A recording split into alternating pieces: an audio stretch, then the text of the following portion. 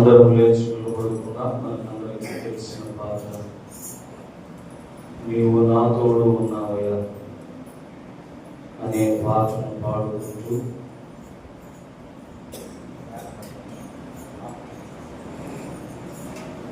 దేవుణ్ణి ఆరాధించుకుందాం. మరి అందరికీ తెలిసిన పాటే కాబట్టి దయచేసి అందరం కలిసి ఉదయకాల సమయంలో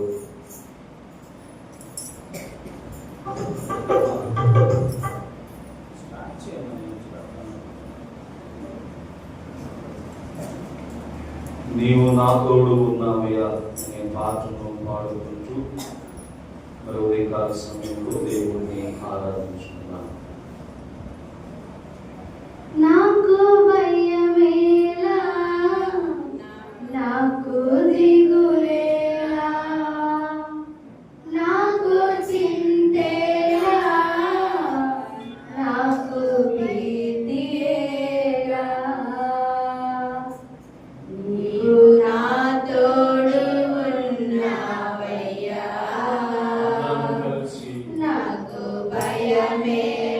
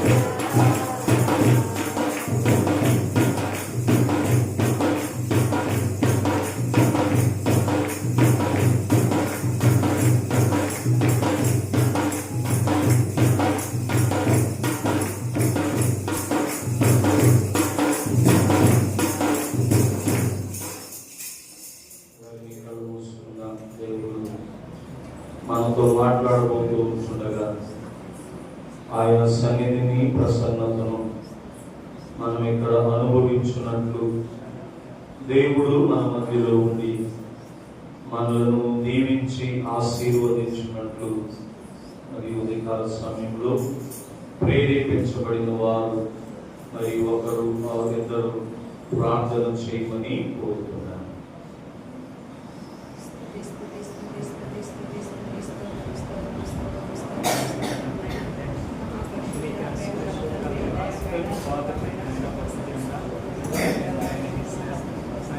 వేలాది ఉండాలైనా ప్రభావ వివేక సమలైన ప్రభావ మాత్రం జ్ఞాపకం చేసుకోండి తెలిసిన ప్రభావ ఏ వాక్యమైతే ప్రభావ చెప్పుకుంటున్నాయి ప్రభావ మా హృదయాల తండ్రి ప్రభావ మాకు నాటబడే సహాయం మాకు దయచేయండి తండ్రి నేను నీకు వేలాది ఉండాలైన గొప్ప దేవుడా మహానదులు మహాగర్గత ప్రభావ సర్వాధికారులు తండ్రి ప్రభావ సర్వశక్తి మంత్రుల తండ్రి అయిన ప్రభావ ఎన్నో అభిషేకాలు చేసే దేవుడు నా తండ్రి అయిన ప్రభావ నాన్న నీకు వేలాది ఉండాలి తండ్రి అయిన గొప్ప దేవుడా ఒక్కసారి జ్ఞాపకాలు చేసుకోండి తండ్రి అయిన ప్రభావ గడిచిన వారం నుంచి నా తండ్రి అయిన ప్రభావ ఈ వారం వరకు నా తండ్రి అయిన ప్రభావ నీ బలమైన రేఖల కింద నా తండ్రి అయిన ప్రభావ మమ్మల్ని అందరినీ కాల్చి కాపాడేందుకు నా తండ్రి అయిన యేసయ్య నీకు వేలాది వందలు తండ్రి అయిన గొప్ప దేవుడి మహానదులు మహాగణిత సర్వేరుగుతున్న ప్రభావ సర్వాధికారి సర్వశక్తి మంత్రులు నా తండ్రి అయిన ప్రభావ నా తండ్రి ప్రతి ఒక్క బిడ్డను తండ్రి ప్రభావ ఈరోజు సందర్భాల కార్యక్రమం తండ్రి ప్రభావ నేను తండ్రి ప్రభావ ఈ భర్తని రొట్టి తినే తండ్రి నీ రక్తం తాగిన తండ్రి ప్రతి ఒక్క బిడ్డను హృదయం నేను ప్రభావ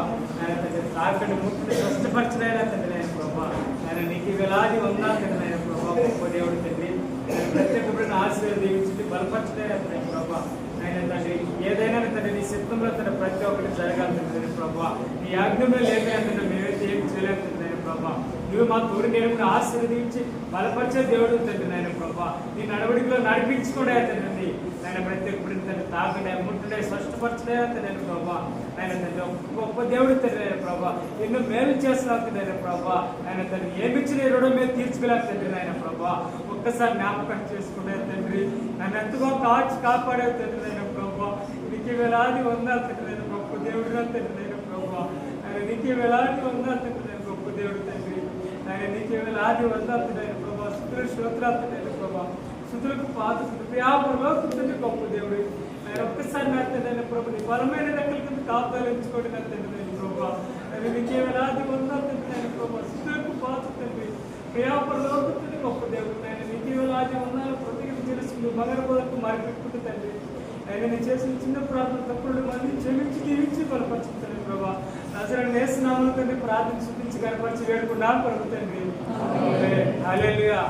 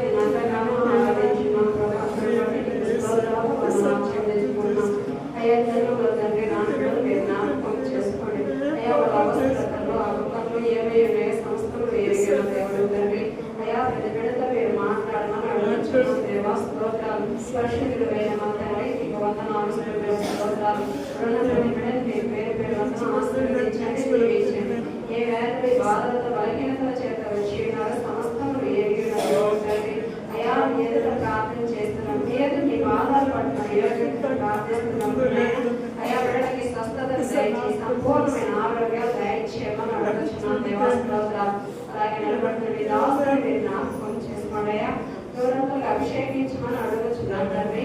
అయ్యా తన కాదు మాట్లాడదాలో చేరి మీరు ఏమైతే మాట్లాడుకోవచ్చున్నాను తండ్రి. ఆ వాక్యం ద్వారా మేము విని అనుగ్రహించే కృపను అటు హృదయాలు దయచేయమని అడుగుతున్నాను తండ్రి. సహాయం దయచేయండి అయ్యా. నిలబడుతుంది దాచిన శక్తిని బలాన్ని దయచేయండి ప్రభా. అయా వాతావరణ అనుకూలపరిచినందుకు స్తోత్రాలు. కరెంటుని స్వాధీనపరచుకోమని అడుగుతున్నాను దేవా. స్తోత్రాలు. అవును తండ్రి. ఇంకా నేను మార్గం మధ్యలో వస్తున్న అందరినీ నేను సకాలానికి నడిపించినైనా తండ్రి నీ వాక్యం వినే తండ్రి ధన్యతను అడగను దయచేయమని అడుగుతున్నాం దేవా.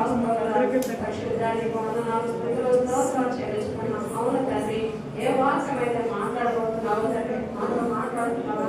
కుటుంబంతో మాట్లాడబోతున్నావా? సంఘంతో మాట్లాడబోతున్నావా? అయ్యా మా పిల్లల పరంగా మాట్లాడబోతున్నావు. ఏమైతే మాట్లాడుతున్నావు తండ్రి అయ్యా మేము వాటి ప్రకారం నడుచుకునే ఒక ధన్యతను మాకు దయచేయండి ప్రభా. అయ్యా తండ్రి వాక్యం ద్వారానైనా తండ్రి మమ్మల్ని బలపరచమని అడుగుతున్నాం తండ్రి. నీ వాక్యం ద్వారా ఒక స్థిరపరచమని అడుగుతున్నాం దేవ. స్తోత్రాలు. పరిశుద్ధానికి వందనాలు స్తుతులు స్తోత్రాలు చెల్లించుకుంటున్నాం తండ్రి. అయ్యా నీ పాద సన్నిధిలో గడిపే ధన్యతను మాకు దయచేసి దేవా. స్తోత్రాలు వందనాలు చెల్లించుకుంటున్నాం తండ్రి. అయ్యా సహాయం చేసిన దేవానికి స్తోత్రాలు తండ్రి. పరిశుద్ధానికి వందనాలు స్తుతులు స్తోత్రాలు తండ్రి. మరొకసారి దయదాసుని మీ పాదాలకు అప్పగిస్తున్నాను ప్రభా. అయ్యా కార్యం జరిగించండి. అయ్యా ఆరు నుంచి అంతం వరకు నీవే తోడుని నడిపించండి ప్రభా. అయ్యా బలహీనత చేయాలని బలపరచమని అడగవచ్చున్నాం తండ్రి. అయ్యా జ్ఞానం పొందవైతే జ్ఞానాన్ని దయచేయాలని అడగవచ్చున్నాం తండ్రి. సహాయం దయచేయండి. పరిశుద్ధానికి వందనాలు స్తోత్రాలు చెల్లించుకుంటూ ఏ నన్ను ప్రభా నీ బిడ్డగా ఎంచుకున్నందుకు స్తోత్రాలు వందనాలు చెల్లించుకుంటూ నజరేయుడైన యేసు నామములో ప్రార్థించి బదులని గోజనడి వేడుకుంటున్నాం తండ్రి. ఉదయకాల సమయాన్ని బట్టి మీకు వందనాలు చెల్లిస్తున్నాం. ఏ యోగ్యత లేని నాకు మాకు మిమ్మల్ని స్తుతించే యోగ్యతను, ఆరాధించే యోగ్యతను, నీ మాటలను వినగలిగే యోగ్యతను మాకు ఇచ్చినందు కొరకే నీకు వందనాలు తండ్రి. నీ మాటలు పాదల్లో ఉన్న మాకు నెమ్మదిని ఇస్తాయని నేను చదివాను. తిరిగినానా ఆ నెమ్మదిని పొందుకోవటానికి మేము మీ సన్నిధిని ప్రేమించి వచ్చి ఉంటుండగా ప్రభువా, మాతో మీరు మాట్లాడమని తండ్రి, మేము ఎలా జీవిస్తే మీరు మమ్మల్ని ఇష్టపడతారో, మేము ఎలా బ్రతికితే ఆ బ్రతుకు మీకు ఇష్టమో మేము నేర్చుకోవడానికి సహాయం చేయమని దావీదు గారు ప్రార్థించినట్లు ప్రభువా, ఈ సోపుతో మమ్మల్ని మేము నానా కడుక్కోవడానికి సహాయం చేయమని సమస్తాన్ని మీ చేతులకు అప్పగిస్తూ ఇప్పటి వరకు మా మధ్యలో మీరు ఉన్నందు కొరకై వందనాలు చెల్లిస్తూ యేసు పరిశుద్ధ నామములో అయోగ్యుడైన నన్ను బలపరచండి ప్రభువా. నీ వాక్కును నీ బిడ్డలతో నేను పంచుకుంటూ ఉంటుండగా నన్ను యోగ్యునిగా తయారు చేయండి. నీ బానిసగా నన్ను వాడుకోమని వినగలిగే చెవులను, గ్రహించగలిగే హృదయం, అన్వయించుకోగలిగే మంచి మనస్సును మాకు ఇవ్వమని యేసు పరిశుద్ధ నామములో అడిగి వేడుకొనుచున్నాము తండ్రి. హల్లెలూయా. కూర్చున్నా. దేవుని వాక్యములోనికి వెళదాం పిల్లల.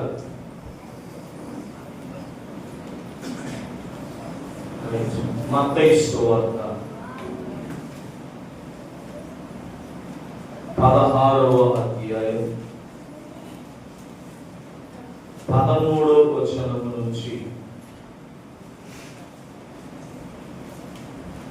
17వ వచనం వరకు నేను చదువుతాను, గమనించమని కోరుతున్నాను.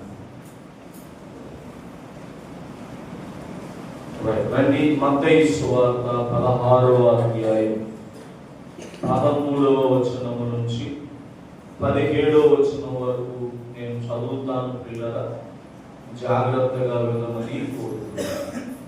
యేసు ఫిలిప్పుదైన కైసరయు ప్రాంతములకు వచ్చి మనుష్య కుమారుడు ఎవడని జనులు చెప్పుకొనుచున్నారని తన శిష్యులను అడగగా, వారు కొందరు బాప్తిజమిచ్చు యోహాననియు, కొందరు ఏలియా అనియు, కొందరు యిర్మియా అనియు, లేక ప్రవక్తలలో ఒకడనియు చెప్పుకొనుచున్నారని. అందుకు ఆయన, మీరైతే నేను ఎవడని చెప్పుకొనుచున్నారని వారిని అడిగాను. అందుకు సీమోను పేతురు, నీవు సజీవుడగు దేవుని కుమారుడు అయిన క్రీస్తు అని చెప్పెను. అందుకు యేసు, సీమోను బర్యోనా, నీవు ధన్యుడవు, పరలోకమందున్న నా తండ్రి, ఈ సంగతి నీకు బయలుపరిస్తేనే కానీ నరులు నీకు బయలుపరచలేదు అని ఇక్కడ చక్కగా రాయబడి ఉంది. నేను మీకు వివరిస్తాను, చూడండి. యేసుక్రీస్తు ప్రభువుల వారు శిష్యులను కూర్చొని పెట్టుకొని ఒక ప్రశ్న అడిగారు. ఇదిగో నేను రక్షకుడుగా వచ్చాను, నశించిపోతున్న వారిని వెదకి రక్షించడానికి వచ్చాను, అనేక మంది బాగుపడుతున్నారు, అనేక మంది చూడగలుగుతున్నారు, అనేక మంది మాట్లాడగలుగుతున్నారు కదా, మరి నన్ను బట్టి ఈ ప్రజలు ఏమనుకుంటున్నారయ్యా అని శిష్యులను అడిగారు. అర్థమైందా? అంటే నేను ఎవరినని ప్రజలు అనుకుంటున్నారని శిష్యులను అడిగితే, అప్పుడు శిష్యులు వీళ్ళు విన్న మాట ఏమంటున్నారంటే, మిమ్మల్ని ఏమనుకుంటున్నారు తెలుసా, కొంతమంది బాప్తిజం ఇచ్చు యోహాను అనుకుంటున్నారు. అర్థమైన పిల్ల. రెండో గ్రూప్ ఏమంటున్నారంటే, మిమ్మల్ని ఏలియా అనుకుంటున్నారు కొంతమంది అన్నారు. కొంతమంది వచ్చి ఏమన్నారంటే యిర్మియా అని, లేకపోతే ప్రవక్తలలో ఒకడని అనుకుంటున్నారు, ప్రజలు అనుకుంటున్నారంటే, అప్పుడు యేసయ్య అన్నాడు, వాళ్ళ సంగతి పక్కన పెట్టండి, నాతోనే ఉన్నారు, నాతోనే నడుస్తున్నారు, నాతోనే పండుకుంటున్నారు, మరి మీరు నా గురించి ఏమనుకుంటున్నారని అడిగితే అప్పుడు శిష్యులలో ప్రధానుడైనటువంటి పేతురు గారు నోరు తెరిచి అన్నాడు. ఏమన్నాడు తెలుసాక? నీవు సజీవుడగు దేవుని కుమారుడు అయిన క్రీస్తు అని చెప్పాడు. అయ్యా, నువ్వు వీళ్ళు అనుకుంటున్నట్టు యోహాను కాదు. చెప్పండి, చెప్పట్లేదు. బాప్తిజం ఇచ్చు యోహాను గారు కాదు, ఏలియావు కాదు, ప్రవక్తలలో ఒకరు కాదయ్యా. నువ్వెవరో తెలుసా? సజీవుడైన ఒక దేవుడు ఉన్నాడు, ఆయన కుమారుడు అయిన క్రీస్తు అని పేతురు చెప్పాడు. అప్పుడు పేతురును చూచి దేవుడు అన్న మాట ఏంటో ఈ ఉదయం మీతో పంచుకోవాలనుకుంటున్నాను. అప్పుడు క్రీస్తు అయిన యేసు పేతురును చూచి ఏమన్నాడో తెలుసా? నీవు ధన్యుడవు. ఏమన్నాడు పిల్లలు? చెప్పండి, అందరూ చెప్పండి. ఎవరిని చూసి అన్నాడు ఆ మాట? పేతురుని చూచి. చెప్పట్లేదు మీరు అందరూ, మాట్లాడు. ఒకసారి అందరూ హల్లెలూయా చెప్పండి. మళ్ళొకసారి. దేవుడు మీకు చెప్పగలిగే మనసు ఇచ్చును గాక. ఎవరు చూసి అన్నాడు? ఏమన్నాడు? చెప్పండి చెప్పండి. ఈ ఉదయం నేను 5:20 ప్రేయింగ్ మదర్స్ లో ప్రేయర్ స్టార్ట్ అయ్యింది. ఎవరు స్టార్ట్ చేయాల? చివరికి లలిత స్టార్ట్ చేసింది. సరే, నేను ఆ సమయంలో కొద్దిసేపు నేర్చుకున్నాను. కొంచెం లలితమ్మను కూడా రిక్వెస్ట్ చేశాను, వీలైతే కూడా మీ ప్రేయర్ సౌండ్ ఎవరో తగ్గించమ్మా, ఎందుకంటే ఈ మధ్య ప్రయాస ఎక్కువైపోయి కరెక్ట్ కదా, భారం ఎక్కువైపోయింది. నాకు కొద్దిసేపు నేను పండుకుంటాను 5:30 వరకు, తర్వాత నువ్వు నన్ను లేపుతూ నేను వాక్యం ధ్యానించుకుంటానని నేను నా మనసులో 3 ప్రశ్నలు బయలుదేరి. ఒకటి,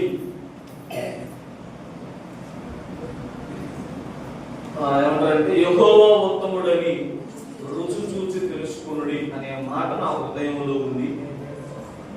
రెండో మాట, 4 రకాలైన మనుషులను గురించి బైబిల్లో ఉంది. మూడోది, ధన్యుడు అనే మాట నా హృదయంలో ఉంది. నేను అలాగే ఆలోచిస్తూ పండుకున్నాను. పండుకుంటే తెలియదు నాకు, ఎవరో నన్ను ఇలా కట్టి ధన్యుడు అనే మాటను పంచుకోమని చెప్పారు. సో పండుకునేటప్పుడు నా హృదయంలో కొంత కలత ఉంది, ఏం చెప్పాలి అని. నిద్ర లేసేటప్పుడు నా హృదయంలో ఏముందో తెలుసా? సంతోషం వచ్చింది. ఎందుకు? నేనేం చెప్పాలో దేవుడు ఆల్రెడీ నాకు బయలుపరిచాడు. సో ఈ విషయమై నేను ఉదయం కూర్చొని ధ్యానిస్తూ వచ్చాను. సో ఈరోజు దేవుడు పేతురును చూసి అన్నమాట ఏంటో చెప్పండి. అందరూ పలికితే సంతోషపడతారు.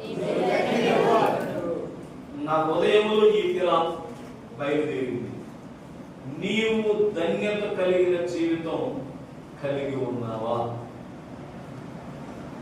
ఇది ఈరోజు ఈ అంశానికి నేను దేవుడు నాకు ఇచ్చిన కృపను బట్టి నేను పెట్టుకున్నటువంటి పేరు. మరలా ప్రశ్నను మొదలు పెడుతున్నాను. పేతురును చూచి దేవుడు ఏమన్నాడు? చెప్పట్లా మీరు చెప్పరు. ఎందుకంటే బయటోడు నువ్వు గొప్పోడివి, ధన్యుడివి, మంచోడివి, నీకంటే ప్రపంచంలో మంచోడు లేరు అంటే మనం ఒప్పుతాం బాగా. దేవుడు పొగడటం మనకి ఇష్టం లే, ఎందుకంటే దేవుడు పొగిడితే బయటోడు మనల్ని చెప్పట్లే. మీరు యేసై పొగిడితే బయటోడు పొగడడం మనం, ఎందుకంటే మన జీవితం చాలా వ్యత్యాసంగా ఉంటుంది. ఆ పొగడతలు మనకు వద్దు.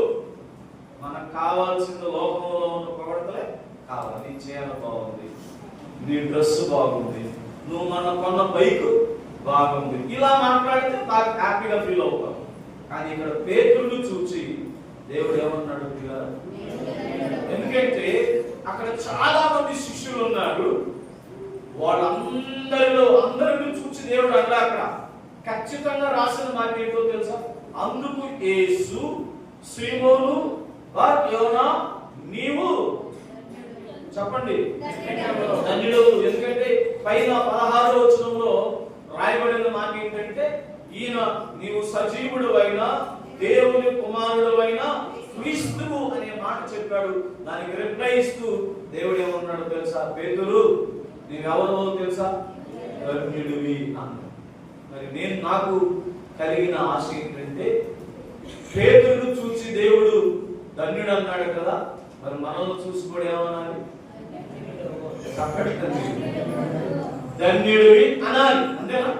ఎంతమంది కనిపించుకోవాలని జస్ట్ మీరు చేయలేకపోండి. ఎంతమందికి యేసయ్య నన్ను చూసి ధన్యుడు అని పిలవాలి, ధన్యురాలు అని పిలవాలనుకుంటున్నారు? Thank you. దేవుడు మిమ్మల్ని పిలవాలనేది నా ఆశ కూడా.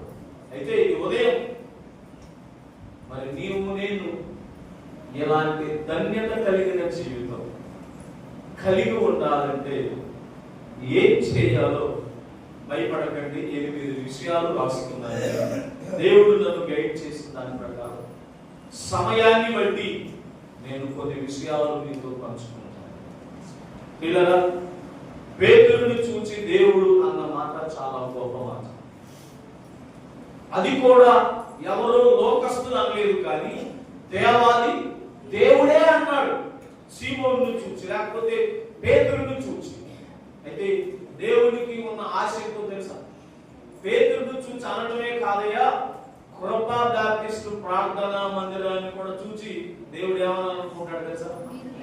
మీరు. అయితే మనం అందరం ధన్యులం అవ్వాలంటే ఏం చెయ్యాలో మరి ఈరోజు కొన్ని విషయాలను మనం ధ్యానించుకుందాం. అందుకని ఈరోజు ఈ వాక్యానికి నేను పెట్టుకున్న పేరు ఏంటంటే, నీవు ధన్యత కలిగిన జీవితం కలిగి ఉన్నావా? ఒకవేళ లేకపోతే ఈరోజు వాక్యములో నుంచి కొన్ని విషయాలను మనం ధ్యానించుకుందాం. ఈ వాక్యాలను బట్టి మనలను వాక్యానుసారంగా మనం తయారు చేసుకోగలిగితే నన్ను చూసి దేవుడు ఏమంటాడో తెలుసా? నీవు ధన్యుడవు. అక్వాలను చూసి దేవుడు ఏమంటాడో తెలుసా? నీవు ధన్యురాలు తల్లి అంటాడు. అయితే రండి దేవుని వాక్యంలోనికి వెళదాం. పిల్లరా, దేవుడు నిన్ను నన్ను చూసి ఆయన అనాలి అనుకుంటున్న మాట ఏంటో తెలుసా? ధన్యుడవి, ధన్యురాలివి అని అనాలనుకుంటున్నాడు. మరి అంటే ధన్యతను కలిగి నీవు జీవిస్తున్నావా? ఒకవేళ జీవించలేకపోతే, ఒకవేళ అతి జీవితం ఇప్పటి వరకు మనలో లేకపోతే ఏం చెయ్యాలో? ఎందుకంటే పిల్లరా, ఈ వాక్యం ఎలాంటిదో తెలుసా? మీరు ఇంట్లో వాడే సోపుల కంటే ఉత్తమమైనది. అర్థమవుతుందా? నేను ఇంతకుముందు అడ్వర్టైజ్మెంట్ చూసేవాడిని. అంటే టీవీ చూసేవాడు కాదా అంటే అట్లని కాదు, క్రికెట్ చూస్తూ మధ్యలో వచ్చేది అన్నమాట. అర్థమవుతుందా? ఏంటో తెలుసా? అవాక్ అయ్యారా, తెల్లగా చేస్తుంది షర్ట్నది. సో అయితే నేనేమంటానంటే, ఈ ఏరియాలు, ఈ సోపులు మన బట్టలను ఒకసారి క్లీన్ గా చేస్తే అవి మరలా మాసిపోతాయి. కానీ ఒక్కసారి యేసయ్య వాక్యములో నిన్ను నువ్వు సరి చేసుకోగలిగితే, సరిదిద్దుకోగలిగితే, నీ జీవితంలో మరలా నీకు మురికంటుకోకుండా ఈ వాక్యం నిన్ను నన్ను ఏం చేస్తావు తెలుసా? కాపాడుతుంది. అందుకనే దావీదు గారు అంటాడు, ప్రభువా ఈ సోపుతో నన్ను ఏమంటాడు? తెల్లగా కరగమన్నాడు మరలా. ఎందుకంటే ఒక్కసారి యేసయ్య వాక్యములో, యేసయ్య రక్తములో నా జీవితాన్ని కడుక్కోగలిగితే మన జీవితాలు దేవుడు ఆశించిన స్థితిలో ధన్యత కలిగిన జీవితం మనం కలిగి ఉంటాం. రండి ప్రియులారా, పేతురును చూచి దేవుడు అన్న మాట నా జీవితంలో నెరవేర్చబడాలి, నా కుటుంబంలో నెరవేర్చబడాలి, సంఘములో నెరవేర్చబడాలి, గ్రామంలో నెరవేర్చబడాలి అనేది దేవుని యొక్క ఉద్దేశం. ఈ ఉద్దేశం నెరవేర్చడం కొరకు దేవాది దేవుడు ఈ భూలోకానికి వచ్చి నీ కొరకు నా కొరకు మరణించి ఆయన తిరిగి లేచి మరణాల మధ్యలోనికి రాబోతున్నాడు. అయితే నీవు ధన్యుడవా? నీవు ధన్యురాలువా? సో ఒకవేళ కాకపోతే ఈరోజు నీవు నేను ధన్యులంగా మార్చబడాలంటే ఏం చేయాలో కొన్ని మాటలను మీతో పంచుకుంటాను. రండి ప్రకటన గ్రంథం, దయచేసి రండి ప్రకటన గ్రంథం 22వ వచనం 22వ అధ్యాయం 14వ వచనాన్ని చదవండి.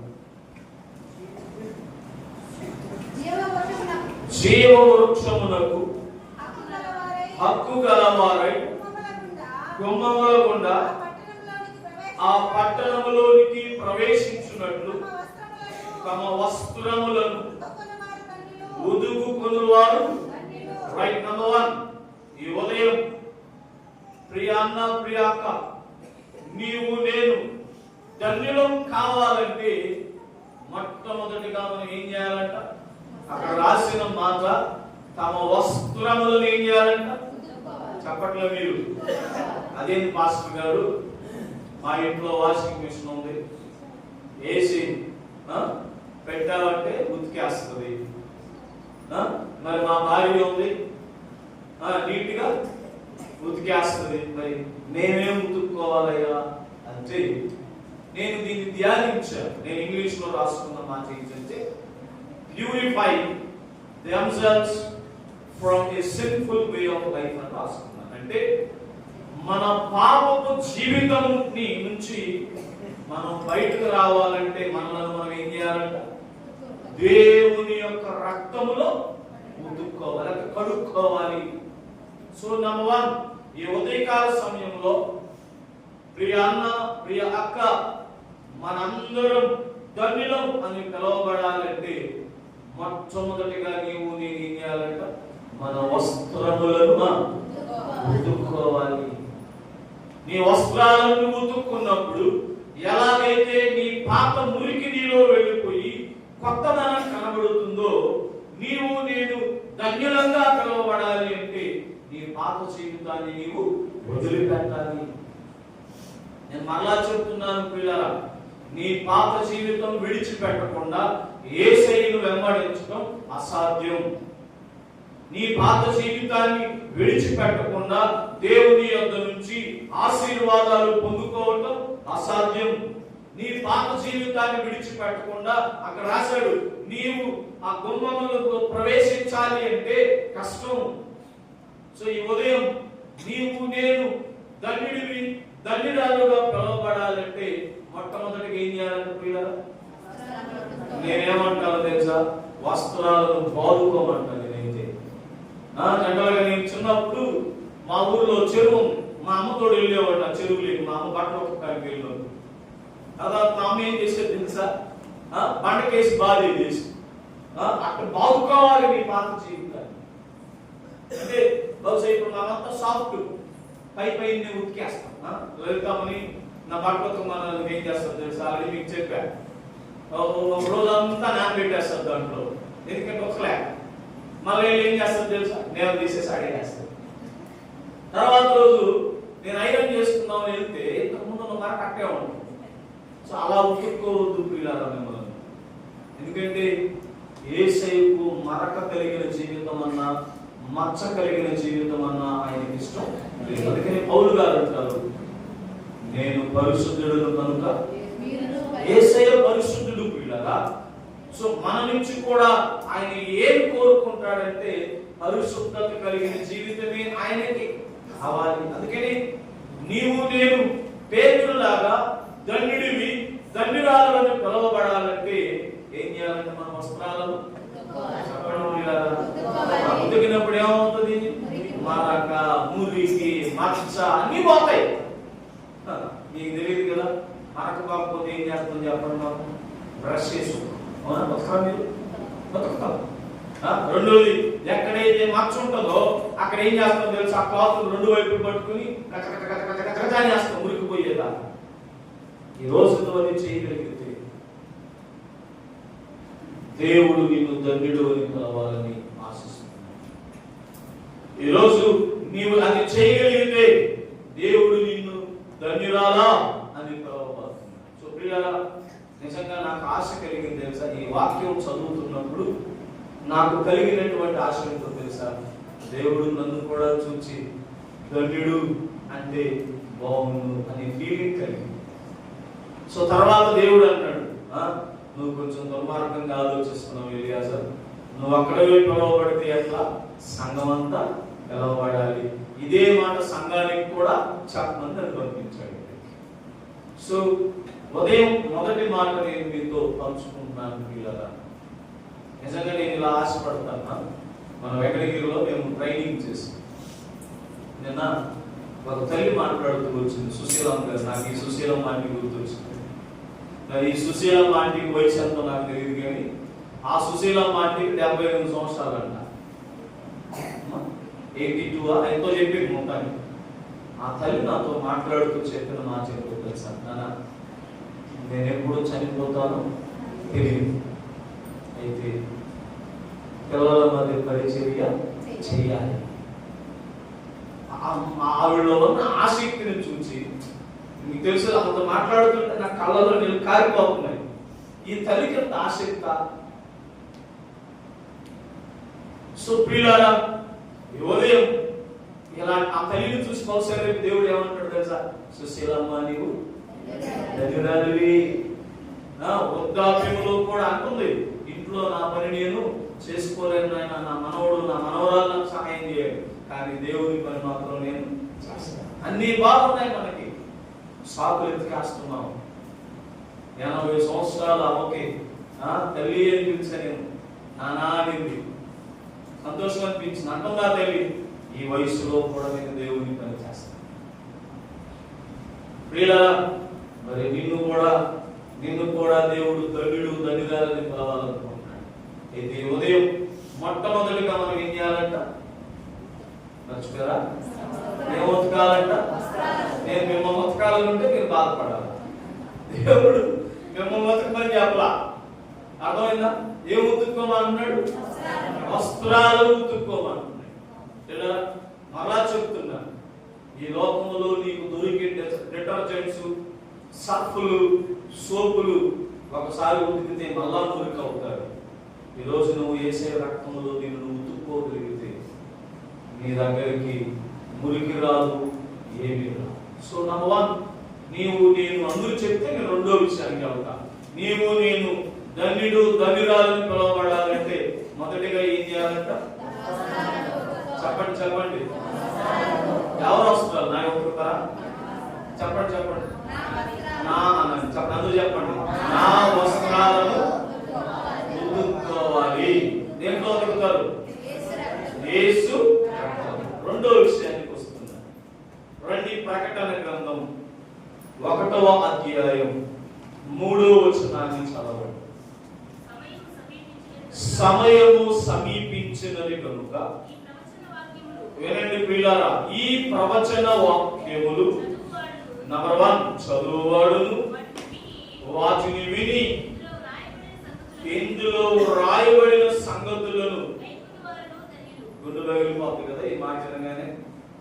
వినండి, 3 మాటలు ఉన్నాయి అక్కడ. ఒకటంట ఏం చేయాలి? ఏం చదవాలి? ఎక్కడ ఉన్నాయి ప్రవచన వాక్యాలు? చెప్పట్లా మీరు? సరే, మీకు బైబిల్లో ప్రవచనాలు ఉన్నాయని తెలియదు పాపం, ఎందుకంటే బైబిల్ చదవట్లేదు కాబట్టి. సో రెండో విషయానికి వస్తున్నా. మొదట వచ్చిన ఏంటంటే, మన వస్త్రములను మనం ఉదుకుకుని ఎడల మనం ఎవరంట? ధన్యులమి అని చెప్పాడు. రెండో విషయానికి వస్తున్నాను ఇక్కడ. ఎవరు ధన్యులయ్యా అంటే, దేవుని వాక్యాన్ని చదివేవాడు.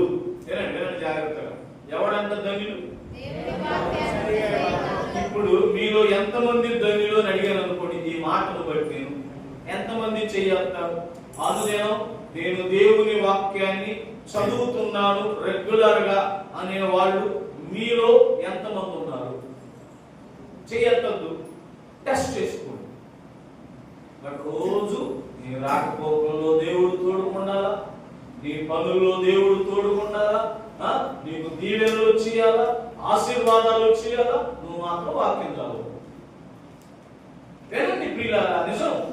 నేను ఎన్ని ధన్యతలు ఉన్నాయని బైబిల్లో ఎదిగితే 34 వచనాలు రాశారు దీని గురించి. 34 విషయాలు నేను చెప్పలేను మీకు.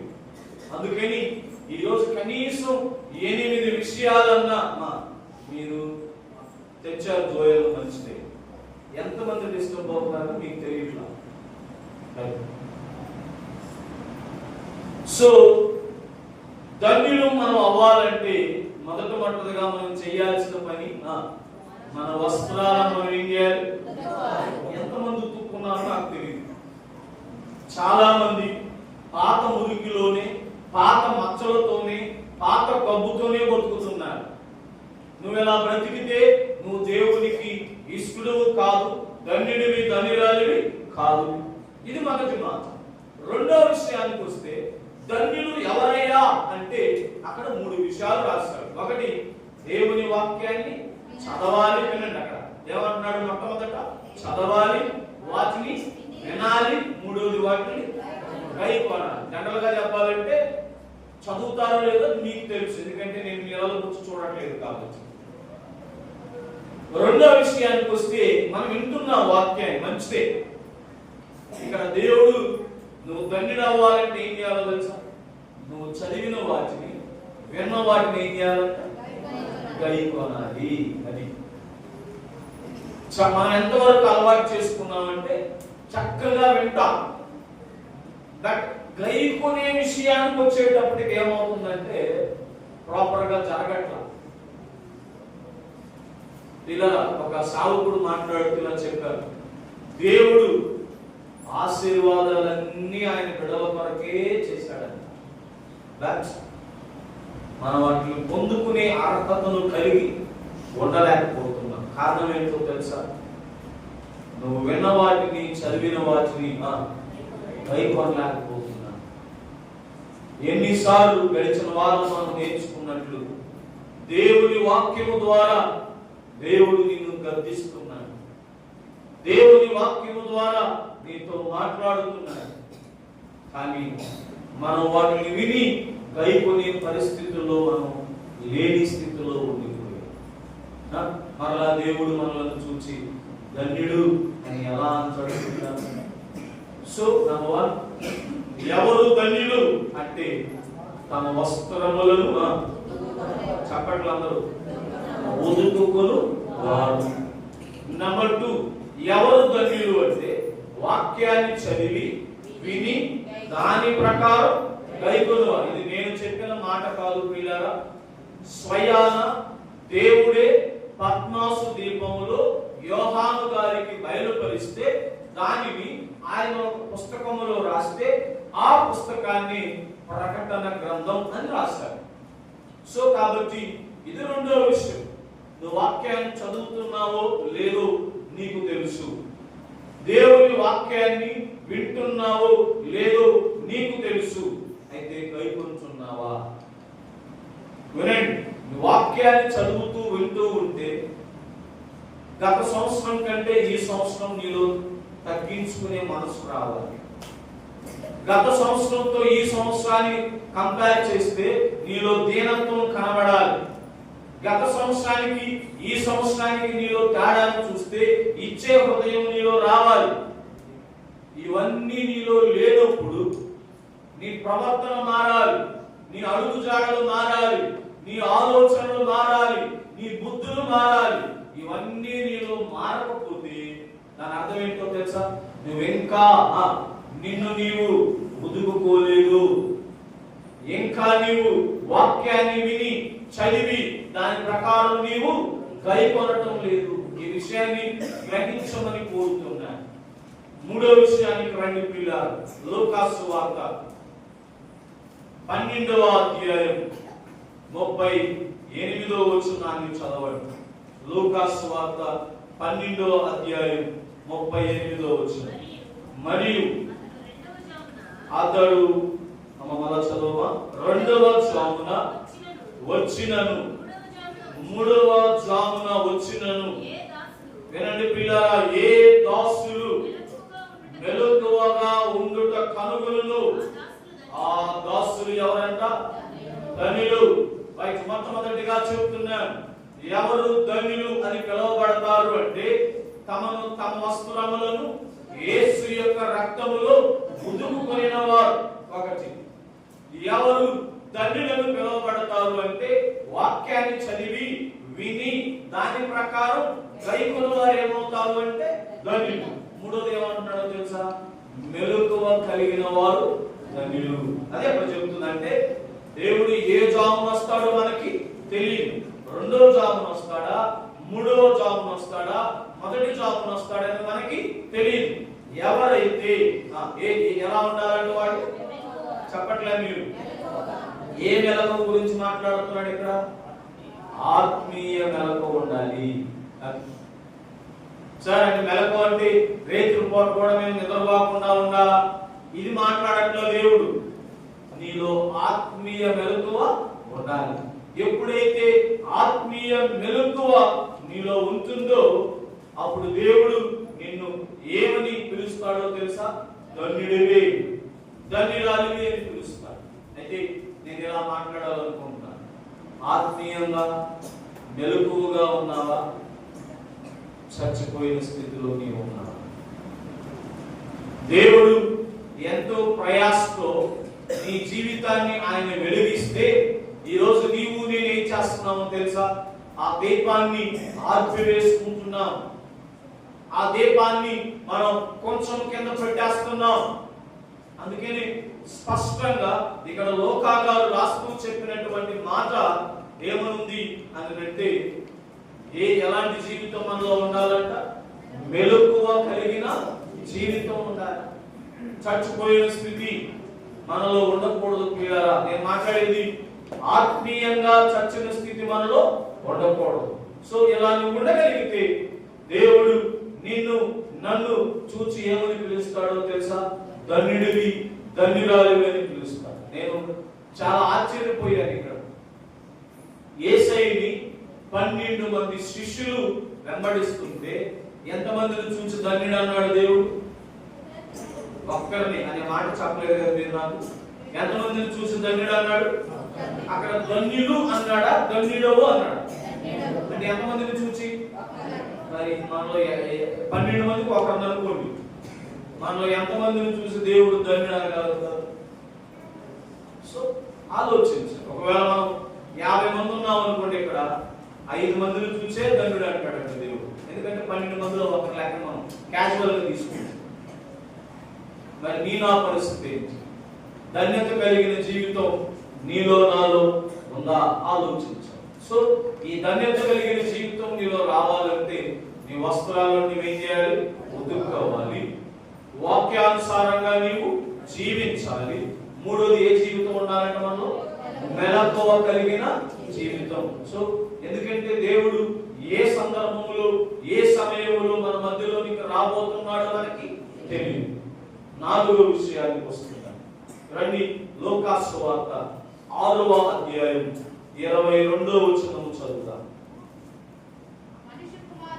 మనుష్య కుమారుని నిమిత్తము వినండి ప్రియులారా, మనుష్యులు మిమ్మలను ద్వేషిస్తారు, వెలివేస్తారు, నిందిస్తారు, మీ పేరు చెడ్డదని కొట్టివేయబడినప్పుడు మీరు ధన్యులు. నేను ఇలా మాట్లాడాలనుకుంటున్నాను పిల్లరా.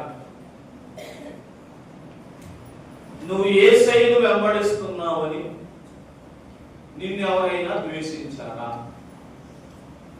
చెప్పండి, ద్వేషించారా? ద్వేషించలేదా? అలా ద్వేషించారా? ద్వేషిస్తేనే నిజమైన భక్తి. ఎందుకో చెప్పనా?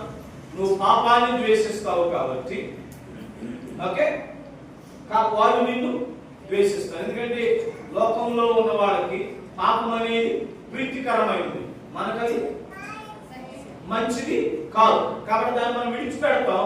కాబట్టి మనుషులను మనం ఏం చేస్తారు? ద్వేషిస్తారు. రెండోది మనం ఏం చేస్తారంట? వాక్యం చదవండి. వెలివేస్తారంట. సాధువు సుందర్ సింగ్ ని ఇంట్లో నుంచి వెలివేసేస్తారు అమ్మా నాన్న. నువ్వు మన మతాన్ని విడిచిపెట్టి క్రైస్తవ మతాన్ని నీవు వెంబడిస్తావా అని వెలివేశారు. మూడో విషయానికి వస్తే ప్రజలు మనల్ని ఏం చేస్తారంట? నిందలు వస్తాయి మనకి. 4వది అంటాడు, మన పేరే చెడ్డదని ఏం చేస్తారంట? కొట్టేస్తారు. రానున్న దినాల్లో జరుగుతుంది ఈ మాట. అదంతా క్రైస్తవులను భారతదేశపు జనాభా లెక్కల్లో నుంచి తీసేస్తాం అంటారు. అప్పుడు వెళ్ళి వద్దు సార్ నా పేరు రాయండి అన్నావు అనుకో, నువ్వు ధన్యుడివి, ధన్యురాలివి కాలేదు. సో దేవుడు ఇక్కడ చెప్తున్నాడు, నీకు నా నిమిత్తమై నేను ఇలా ఒక్క మాటలో చెప్తున్నాను, నా నిమిత్తమై నీకు నిందలు, ఇబ్బందులు, ఇరుకులు వస్తున్నాయా, సహించు. దేవుడు తర్వాత నిన్ను నన్ను ఏమని పిలుస్తాడంట? సో ధన్యుడు, ధన్యురాలు అని పిలుస్తాడు. ఎందుకంటే నేను వివరించలేను, చాలా విషయాలు నీతో పంచుకోవాలని ఆశపడుతున్నాను ఈరోజు. పిల్లరా, దేవుని యొక్క ఆశ కూడా అదే. నీవు నేను ఏమని పిలువబడాలో తెలుసా? ధన్యుడివి, ధన్యురాలు అని పిలువబడాలి. నాకు కలిగిన ఆశ ఏంటో తెలుసా? పేతురును చూచే దేవుడు ఎందుకు అనాలి, మనలను చూచి కూడా దేవుడు ఆ మాట అనాలి అనే ఆశ నాలో కలిగింది.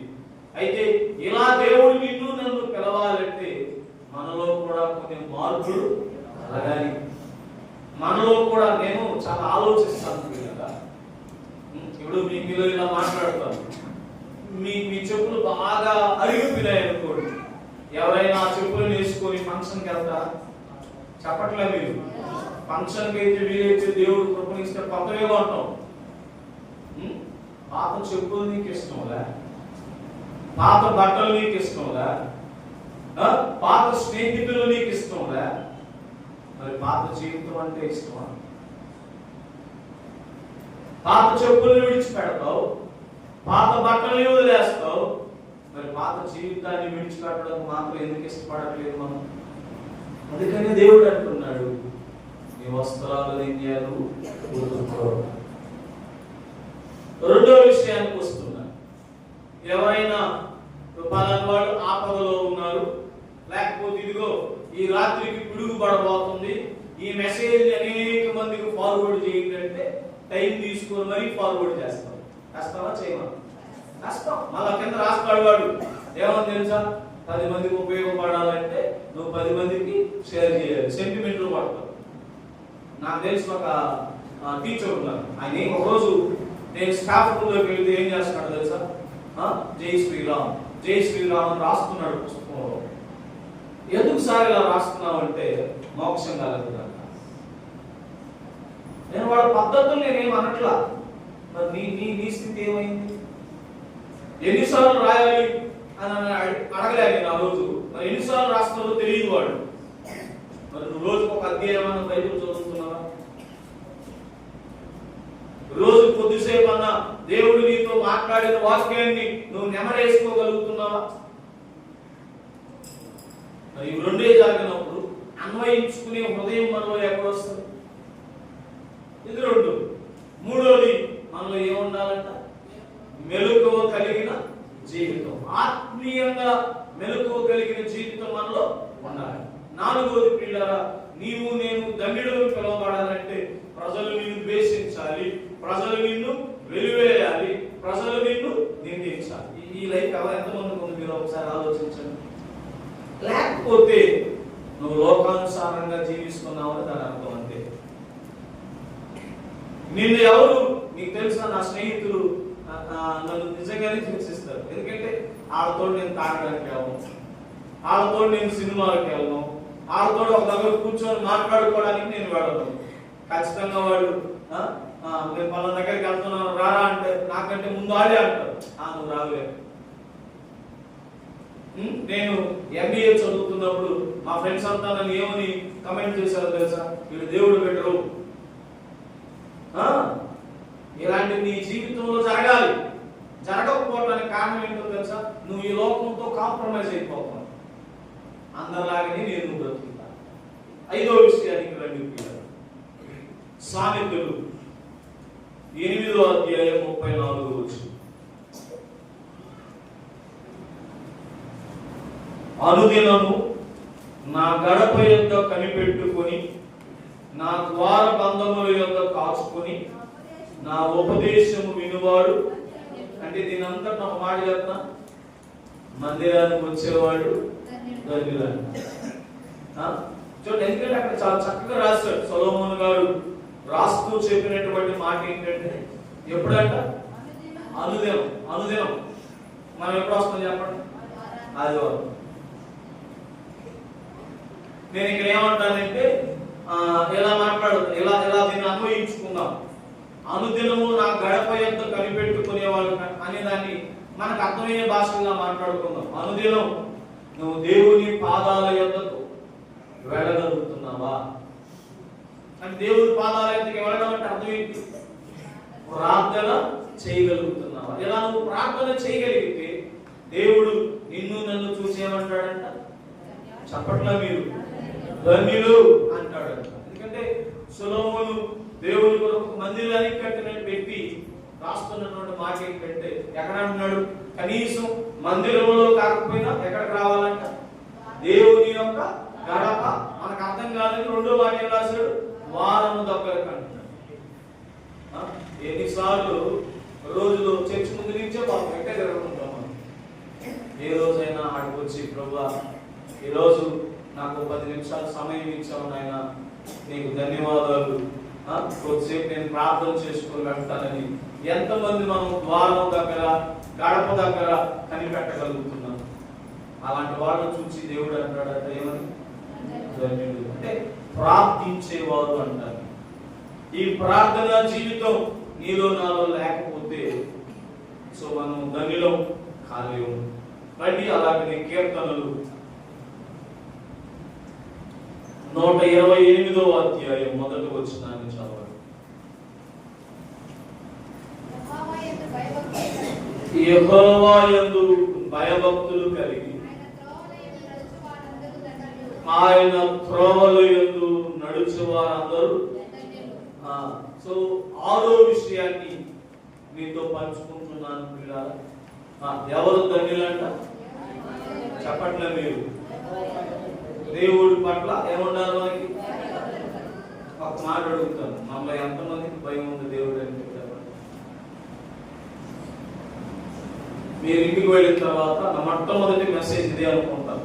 కుటుంబ ప్రార్థనలో శిరీషం వాళ్ళు, నాకు గుర్తుంది మాకు ఈ వచనం, శిరీషం వాళ్ళు ఫ్యామిలీ రిట్రీట్ పెట్టుకుంటే, సరే ఫ్యామిలీ కూడిక పెట్టుకుంటే, ఆ కూడికలో మీరు తర్వాత ఇంటికి వెళ్ళిన తర్వాత ఈ వచనాలన్నీ చదవండి, ఎన్ని ఆశీర్వాదాలు ఉంటాయి. అంటే ఎవరు ధన్యులంట? దేవుని యందు భయభక్తులు కలిగిన వారు. నేను వివరిస్తే కొంతమంది బాధపడతారు, నేను వివరించట్లేదు. కానీ అన్ని విషయాల్లో మనం భయం కలిగి ఉంటున్నామా? ఒకసారి ఆలోచించు. దావీదు గారు రాస్తూ ఇక్కడ అంటాడు, ఎవరు ధన్యులయ్యా అని అంటే దేవుని పట్ల మనకేముండాలంట? భయభక్తులు ఉండాలి. నిజంగా దేవుని పట్ల మనకి భయం ఉండాలి. ఎప్పుడైతే దేవుడు అంటే మనకు భయం ఉంటుందో దేవునికి వ్యతిరేకమైన పనులు చేయడానికి మనం భయపడతాం. మనం దేవునికి ఇష్టమైన పనులు చేస్తున్నామంటే దాని అర్థం ఏంటి? జనరల్గా ఒకసారి హరినాథన్న ఇక్కడ పండుకో ఉంటారు, రైనీ నైట్స్ ఏం చేస్తుంటారు తెలుసా? అన్న ఫోన్ ఎత్తుకుని చూస్తూ ఉంటారు. నేను తమాష్కి హరినాథన్న అన్నాను అనుకో, టక్కున ఫోన్ పెట్టేస్తారు. అంటే ఎవరంటే భయం ఉంది? చెప్పట్లేదు మీకు. ఆ డాడీ అయితే భయం ఉంది. అట్లాగే మన అందరి పిల్లలు మనం అంటే మరి మనకు దేవుడు ఎంత భయం ఉంది? దావీదు గారు ఎందుకంటే పిల్లలు చాలా అనుభవజ్ఞుడు రాస్తూ చెప్పినటువంటి మాట ఏంటంటే, నీవు నేను ధన్యుడు అని పిలువబడాలంటే మనలో ఏ జీవితం ఉండాలంటే భయభక్తులు కలిగిన జీవితం మనలో. అందుకే బహుశా యోసేపుని దేవుడు దీవించడానికి కారణం ఏంటో తెలుసా? దేవుని పట్ల భయభక్తులు కలిగినటువంటి వాడు. అన్నవాళ్ళు కొట్లో దోషేశారు, అక్కడ దేవుని కొరకు నమ్మకంగా బ్రతికారు. రైట్. రాజు ఇంట్లో పనివాడిగా జాయిన్ అయ్యాడు, అక్కడ భయభక్తులు కలిగి జీవించాడు. రాజు భార్య వచ్చి నాతో పాపము చేద్దురా అన్నప్పుడు కూడా ఏం కలిగి ఉన్నాడు? భయం కలిగి ఉన్నాడు. సో జైల్లోకి పంపించాడు ఆయన్ని, అక్కడ కూడా ఏం కలిగి ఉన్నాడు? సో ఎక్కడికి తీసుకెళ్ళాడు తెలుసా? దేవుడు ఆయన్ని ఉన్నత స్థాయి ప్రధానమంత్రిని చేసేసాడు. మరి ఉదయం దేవుని సన్నిధిలో కూర్చున్న నీకు నాకు భయం ఉందా? నా దేవుడు చూస్తున్నాడు. ఎందుకంటే ఆయన సర్వాంతర్యామి అనే ఆలోచన నీలో నాలో ఉండాలి. ఈరోజు చెప్పనా, ఈరోజు నేను కళ్ళు మూసుకొని అదే ప్రార్థన చేస్తున్నాను. ప్రభా, ఒకవేళ నీవు త్వరలో మా మధ్యలోనికి వస్తే సావుకునిగా నన్ను, నా వారిని, నా బిడ్డలను చూసి ధన్యుడు అని మీరు పిలవగలగాలయ్యా. అట్టి బ్రతుకు నాకు ఇవ్వమని ప్రార్థన చేసుకున్నాను. రెండో ప్రార్థన ఏంటో తెలుసా?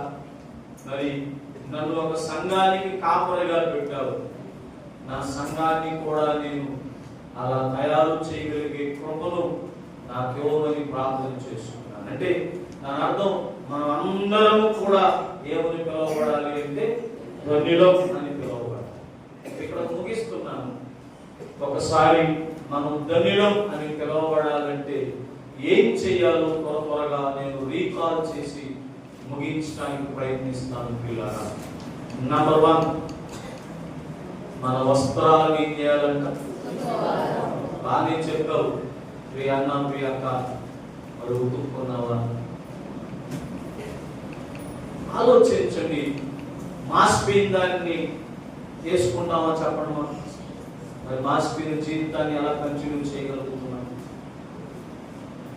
సో నంబర్ 1, నీ పాత జీవితాన్ని దేవుడు చెప్తున్నాడు ఉదయకాల సమయంలో దాన్ని ఏం చేయాలంటే నీవు నేను ఉతుక్కోవాలి. ఎంతవరకు ఉతకాల్సి వస్తే ఇంకా చెప్పండి.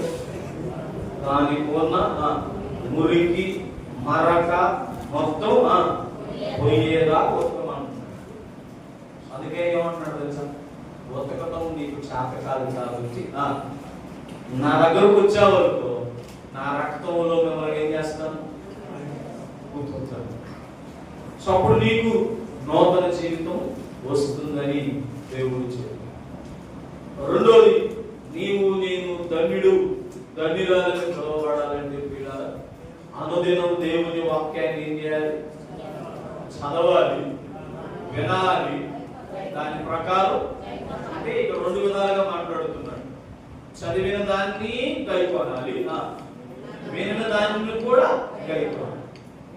ఎప్పుడైతే నువ్వు వాక్యాన్ని గైకొంటావో, నేను ఇలా చెప్పాలనుకుంటున్నాను పిల్లలు, నువ్వు వాక్యాన్ని వాక్యానుసారంగా నువ్వు గైకొంటే నీలో మార్పు కాదు. మీకు తెలియదు, నేను చాలా కోపిస్తాను. నా కోపం బాగా తెలిసిన ఒకే ఒక వ్యక్తి మా లలితమ్మ. మా పాప కూడా బాగా తెలుసు నా కోపం గురించి. చాలా కోపిస్తుంది నేను. కానీ దేవుని వాక్యాన్ని చదువుతున్నప్పుడు, దేవుడే ప్రేమ కలిగిన జీవితం జీవిస్తున్నప్పుడు నేను కోపపడితే ఎలా చాలా వరకు కంట్రోల్ చేసుకుంటా ఉంటాను. దేవుడు అడుగుతారు, ప్రభా, ఎందుకంటే నా యాక్టిట్యూడ్ ఎలాంటిదో తెలుసా? ఎవరైనా వాక్యానుసారంగా కాకుండా వ్యతిరేకంగా జీవిస్తున్నారు అనుకోండి, ఖచ్చితంగా మాట్లాడాలనుకుంటాను నేను. కానీ దేవుడు నాకు నేర్పించింది ఏంటో తెలుసా? కొద్దిసార్లు వాళ్ళతో నెమ్మదిగానే మాట్లాడతాను. సో నంబర్ 2, ప్రతిరోజు మీకు తెలుసా నాకు ఆకలి వస్తుంది. ఎందుకంటే నేను మార్నింగ్ తినలేదు కాబట్టి. సో మన ఆకలి తీరాలంటే మనం భోజనం చేయాలి. నీ ఆత్మీయ స్థితి బాగుండాలంటే వాక్యం చదవాలి. ఎంతమంది దేవుడు ఉదయం నేను గద్దిస్తున్నప్పటికీ కూడా వాక్యం చదవకుండా వెళ్ళిపోతున్నారు.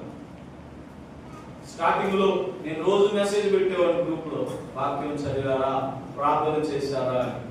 ఆ టైంలో చాలా మంది చదివారు. మరి ఇప్పుడు నీ పరిస్థితి ఏంటో నాకు తెలియదు. రెండోది, ప్రతి బుధవారం, ప్రతి శనివారం, ప్రతి ఆదివారం దేవుడు నీతో మాట్లాడుతున్నప్పుడు నువ్వు వాక్యాన్ని వింటున్నావు. మరి ఈ వాక్యాన్ని నీవు నీ జీవితంలో అన్వయించుకోగలుగుతున్నావా? ఎంతమంది ఈ వారం నాతో మాట్లాడు ప్రభువా అని ప్రార్థన చేశారు? అన్వేషణ లేదు మనలో, అన్వయించుకునే స్థితి లేదు మనలో. దేవుడు గడిచిన వారం స్పష్టంగా నీతో మాట్లాడాడు. నేను నీతో మాట్లాడే దేవుడిని. అందుకని నేను హెడ్డింగ్ కూడా మళ్ళీ నేను రెండోసారి లాస్ట్ వారం మనం చెప్పుకున్న వచ్చిన వాక్యాన్ని యూట్యూబ్ లో అప్లోడ్ చేస్తూ నేను పెట్టిన హెడ్డింగ్ ఏంటో తెలుసా? యేసుక్రీస్తు ప్రభు నిత్యము నీతో మాట్లాడే దేవుడు. అంటే నిత్యము అంటే అబ్రహాముతో మాట్లాడిన దేవుడు ఈరోజు నీతో కూడా మాట్లాడు. మరి ఎంతమంది ప్రార్థన చేశారు నాతో మాట్లాడు ప్రభు అని? ఏంటి దీని వల్ల ఉపయోగం చెప్పండి. జాగ్రత్త సంగమా, వెర్రోడా, మళ్ళా జ్ఞాపకం చేస్తున్నా, ఈ రాత్రికి నీ ప్రాణాన్ని అడిగితే నీ ఉద్యోగం ఏమవుతుంది? ఎందుకంటే మనందరం ఏం బ్రదర్, ఏం సిస్టర్ వాక్యం చదివావా అంటే చదవలేదు సార్. ఎందుకు? డ్యూటీకి టైం అయిపోయింది సార్. ఏ బ్రదర్, ఏ సిస్టర్ ఈరోజు ప్రార్థన చేసావా? చేయలేదు బ్రదర్. ఏంటి కారణం? ఉద్యోగానికి సమయం అయిపోయింది. జాగ్రత్త. యేసు ప్రభు అనుకుంటే నీవు కలిగి ఉన్న ఉద్యోగాన్ని క్షణాల్లో తీసేస్తాడు. ఉదయం ఒక్కసారి పరీక్షించుకొని, దేవుడిచ్చిన ఈ జీవితం నువ్వు దేవుని కొరకు ఇవ్వగలుగుతున్నావా? నేను దేవుడు 24 గంటలు ఇవ్వమని కోరట్లేదుగా.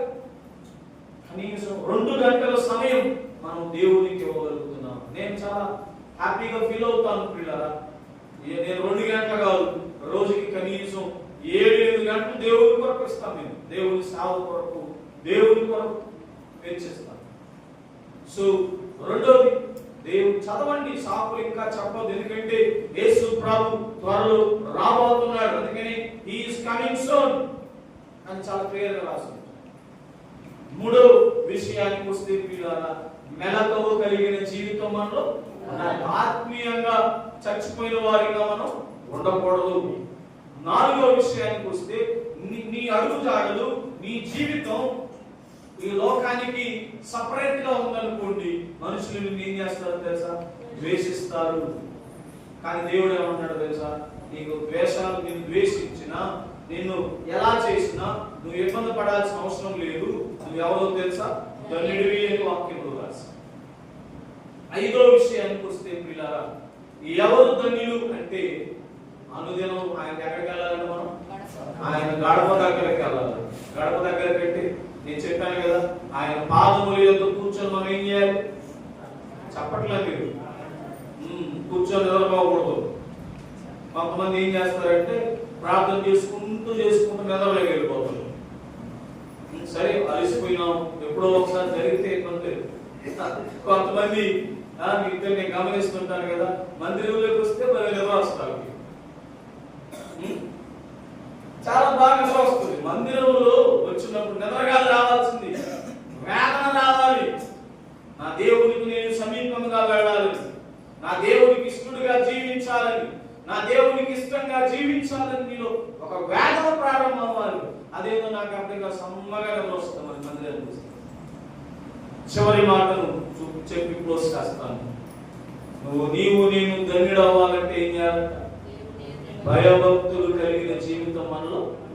చెప్పండి పిల్లరా, ఏ జీవితం ఉండాలి? ఎవరికి భయపడాల్సిన అవసరం. నేనే చెప్తున్నా ఈరోజు, ఎవరికి భయపడాల్సిన అవసరం లేదు. నేను ఒక బిజినెస్, నేను ఒక హోటల్ రన్ చేస్తున్నాను పిల్లరా. దీంట్లో నేను టీ ఇవ్వడానికి ఏం చేస్తున్నానంటే పాలతో కాకుండా పాల పిండితో తయారు చేస్తున్నా. నా హృదయంలో ఏ టెన్షన్ ఉంటుందో తెలుసా? ఎవడు దీన్ని ఐడెంటిఫై చేస్తాడేమో, ఎవడైనా నన్ను అడుగుతాడేమో, దీన్ని ఎవరికైనా కంప్లైంట్ చేస్తాడేమో అని భయం రాకుంటుంది. అదే నేను చక్కగా నీళ్లు కూడా కలపకుండా పాలల్లో టీ పెట్టి అమ్ముతున్నాను. ఇప్పుడు నాకు టెన్షన్ ఉంటుందా? నీలో టెన్షన్ ఉందంటే అర్థం ఏంటో తెలుసా? నీలో దేవుని భయం లేదు. నువ్వు స్టార్ట్ చూసేటప్పుడు టెన్షన్ గా చూస్తుంటావు. మన వాళ్ళు ఎవరో చూస్తారా? అర్థమైనా నేను చెప్పింది? ఫర్ ఎగ్జాంపుల్ ఆదివారం మందిరానికి రాలా, పనికి వెళ్తా ఉంటావు, టెన్షన్ గా వెళ్తుంటావు. పాస్టర్ గారు ఎదురు వస్తాడేమో నాయుడు కట్టించి. ఎప్పుడైతే నీలో భయం కలిగిన జీవితం వస్తుందో, నేను అంటాను, మనలో ఉండాల్సిన బెస్ట్ క్వాలిటీ దేవుని పట్ల మనకి ఏముండాలంట? భయభక్తులు కలిగిన జీవితం మనలో. ఎందుకంటే పిల్లల జాగ్రత్త, దేవుడు చాలా మంచి మనసు కలిగిన దేవుడు. మొదటిసారి ఆయన లోకంలోనికి ఎలా వచ్చాడో తెలుసా? ప్రేమామయుడు అని కోటేసుకుని వచ్చాడు.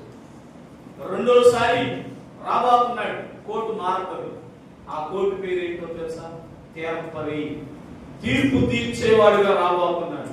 ఆ రోజు నువ్వు వెళ్ళి, ప్రభా నేను కూడా నువ్వు రక్షించిన గురువేనాయనా, ఇదిగో కాకపోతే దొడ్డి మారింది. ఇంతకు ముందు మంది ఏమంటారంటే నీ దొడ్లో ఉన్నాను, ఇప్పుడు బయటికి వెళ్ళాను ప్రభా, నువ్వు క్షమిస్తే మళ్ళా నీ దొడ్లోకి వస్తాను అన్నావు అనుకో. యేసయ్య ఏమంటాడు తెలుసా? క్షమించే సమయం అయిపోయింది నాయన, ఇప్పుడు నేను క్షమించడానికి రాలేదు. సో జాగ్రత్త, యేసు ప్రభు రెండోసారి మన మధ్యలోనికి రాబోతున్నాడు. అయితే ఈరోజు ఒక నిర్ణయాన్ని తీసుకుని వెళ్ళు. దేవుడు నీతో మాట్లాడుతుంటే నిజం, నేను మొన్న నాతో అశోక్ సార్ మాట్లాడుతూ, ఎందుకంటే ఎంతమంది ఈ వాక్యాన్ని లైవ్ లో చూస్తున్నారు నాకు తెలియదు, కానీ అశోక్ సార్ ఖచ్చితంగా లైవ్ చూస్తారు. నాతో పోయిన వారం మాట్లాడుతూ సార్ చెప్పిన మాట్లాడుతూ తెలుసా, దేవుడు ప్రజలతో చక్కగా మాట్లాడుతున్నాడయ్యా, ప్రజలు ఎప్పుడు మారతారో తెలియట్లేదు అని చక్కగా మాట్లాడారు. సంతోషం అనిపించింది. నేను అదే అంటున్నాను, ఈరోజు దేవుడు మనతో మాట్లాడుతున్నాడు. సరి చేసుకోగలిగితే, సరిదిద్దుకోగలిగితే నా జీవితం బాగుంటుంది. రేపు దేవుడితో కూడా మనం ఎత్తబడతాం. లేదు సార్, నేను మందిరానికి వస్తాను, వాక్యాన్ని వింటాను, దాన్ని విడిచిపెట్టేస్తాను అంటే పర్యావసానం ఏంటనేది నాకు తెలియదు. దేవుడు త్వరలో రాబోతున్నాడు. ఒక్కొక్క దగ్గర మరి దేవుడు రాసిన మాట, వాని వాని క్రియల చొప్పున వానికి జీతము నా ఎంతో ఉన్నదంటాడు. సో ఆయన జీతం తీసుకురాబోతున్నాడు. మరి నువ్వు ఎంత జీతానికి పాత్రుడవో నాకు తెలియదు. మరి ఉదయం నీవు నేను ధన్యుడు ధన్యురాలుగా పిలువబడాలంటే ఏం చేయాలో 6 విషయాలను మనం నేర్చుకున్నా. మరి విన్న వాటిలను జ్ఞాపకం చేసుకుంటూ కళ్ళు మూసుకుని ప్రార్థన చేసుకున్నాను. దయచేసి అందరూ కళ్ళు మూసుకుందాం. అందరూ కళ్ళు మూసుకుందాం. అందరం దయచేసి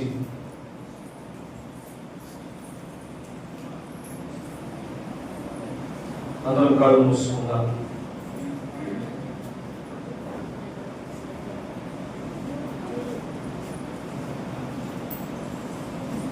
విన్న వాక్యాన్ని బట్టి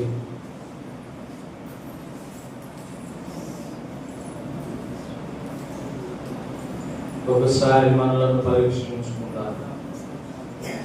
ఒకవేళ దేవుడు ఇప్పుడే ఈ సమయంలోనే మన మధ్యలోనికి వస్తే, నిన్ను నన్ను చూచిన దేవుడు, నిన్ను నన్ను ప్రేమించిన దేవుడు, నీ కొరకు నా కొరకు ప్రాణం పెట్టిన దేవుడు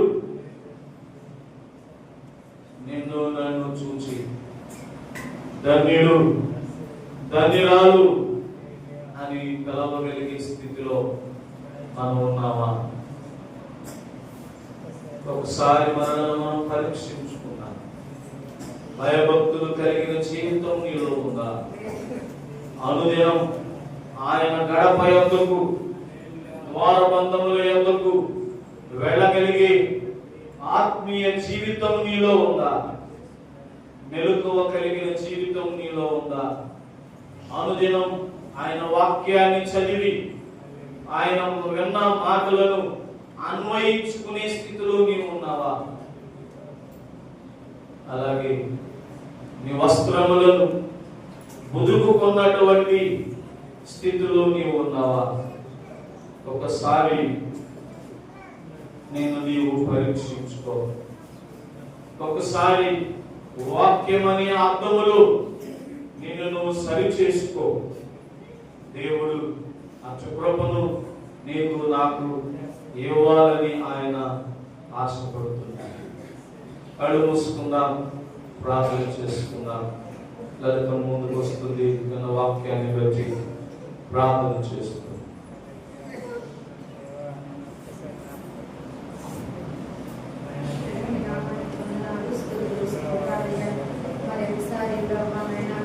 విశ్రాంతి దినాన మందిరంలో చేరి కొంత సమయం ప్రభా నీ వాక్యాన్ని మేము నేర్చుకోవడానికి మీరు చూపించిన ప్రభుత్వమే వందనాలు రాజా.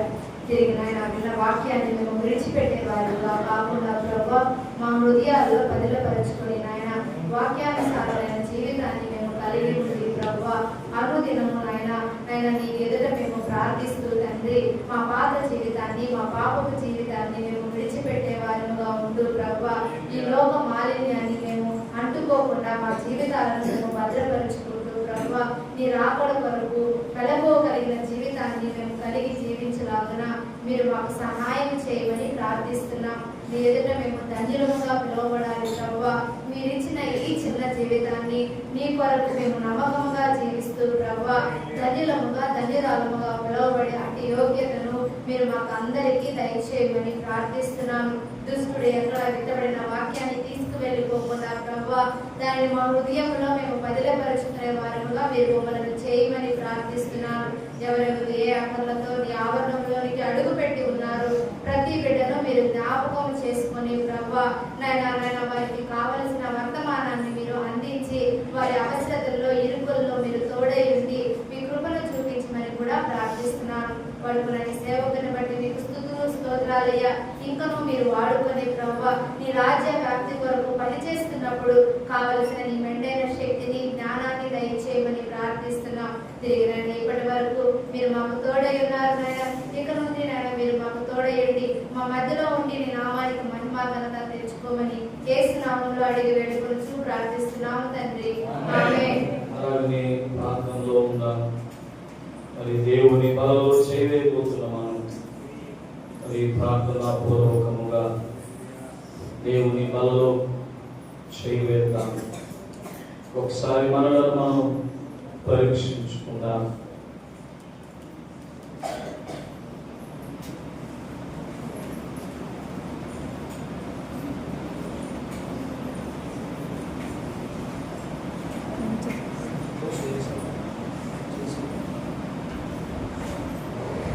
ఒకసారి మనలను మనం పరీక్షించుకుంటూ దేవుని బలలోని